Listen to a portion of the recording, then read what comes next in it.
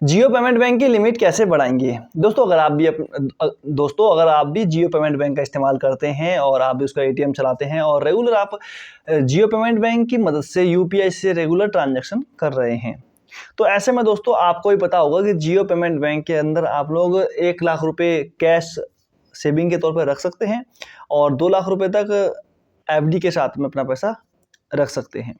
तो ऐसे में दोस्तों कई बार जियो पेमेंट बैंक की लिमिट ख़त्म हो जाती है, मतलब लिमिट एक्सीड हो जाती है। तो ऐसे में लोग यही पूछते हैं, भाई साहब कि जियो पेमेंट बैंक की लिमिट बढ़ाएंगे तो बढ़ाएंगे कैसे? तो दोस्तों मैं आपको जानकारी के लिए बता दें, जियो पेमेंट बैंक एक कोई बड़ा बैंक अकाउंट नहीं है, ना ही जनरल बैंक अकाउंट है। वो केवल और केवल एक पेमेंट बैंक है और पेमेंट बैंक की लिमिट ही 1 लाख रुपए होती है। समझ गए ना? सरकार ने 1 लाख रुपए की ही लिमिट उनकी दे रखी है, तो ऐसे में आपको उसी से काम करना होगा, उसी से काम चलाना होगा।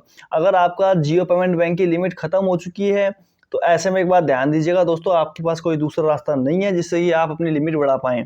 ऐसे में आप जियो का वॉलेट इस्तेमाल कर सकते हैं और आज के टाइम पे देखो तो होगा जियो पेमेंट बैंक, अगर आपकी यूपीआई लिमिट ख़त्म हुई है तो आप फ़ोनपे का वॉलेट यूज़ कर सकते हो, जो आज के टाइम पे 2 लाख रुपए तक आप फ़ोनपे के वॉलेट में रख सकते हैं। सिंपल केवाईसी कराओ और फ़ोनपे का वॉलेट यूपीआई यूज़ करो, मतलब वॉलेट से सीधा किसी के बैंक अकाउंट में ट्रांसफ़र हो रहा है और वॉलेट से ही किसी को भी बिल पेमेंट हो रही है, वॉलेट से ही आप किसी के भी डायरेक्ट यूपीआई पेमेंट भेज पा रहे हैं, क्यूआर से स्कैन करवा के वॉलेट पे पेमेंट मंगवा पा रहे हैं। ये काफ़ी अच्छा ऑप्शन हो सकता है फ़ोनपे के साथ में। अगर आपका फ़ोनपे में लिमिट ख़त्म हुआ है तो आपको फ़ोनपे का वॉलेट इस्तेमाल करना चाहिए। साथ में इस प्रकार से आप लगभग ढाई से लेकर 5 लाख रुपए तक की लिमिट आप फ़ोनपे और अपना जियो पेमेंट बैंक का दोनों को मिलाकर कर सकते हो।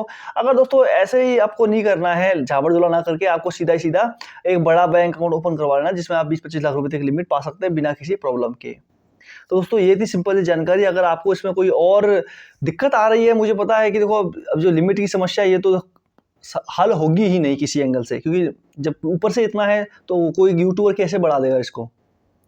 बाकी दोस्तों इसके अलावा कुछ और प्रॉब्लम आ रही हो, कोई और प्रश्न हो तो नीचे कमेंट जरूर कीजिएगा। आशा करता हूँ कि आपको जानकारी अच्छी लगी होगी।